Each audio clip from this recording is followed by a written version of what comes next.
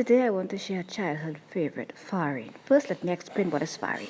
What is cassava? An explanation of farine begins with the cassava. This is a root vegetable that's native to Brazil and used frequently in Caribbean cooking and Trinidadian cooking. It's a perennial plant that thrives in warm, tropical climates. It's also called yuca or manioc in some areas. It's starchy and has a bit of a nutty taste, and it's chewy in its raw state. Although eating it raw is not recommended, the cassava plant can produce traces of cyanide, a deadly compound, but this is eradicated when the root vegetable is peeled and exposed to heat in cooking. Cassava is loaded with calories but has negligible fat content. It's rich in copper, zinc, magnesium, and iron, and it's also a fairly good source of B-complex vitamins.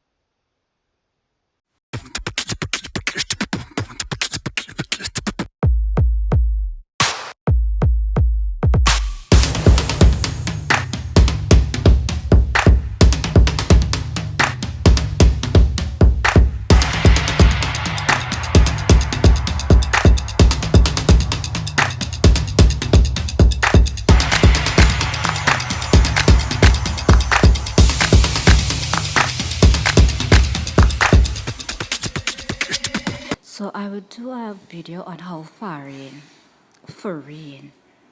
is made. So today I'm going to show you how I eat it. Basically, this is dry cassava that you grate, you dry, then you patch it and you eat it. So first I'm going to add some sugar to a bowl.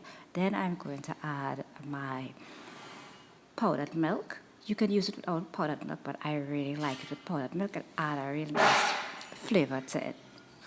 And now I'm going to add my farine, grated cassava, mix that around.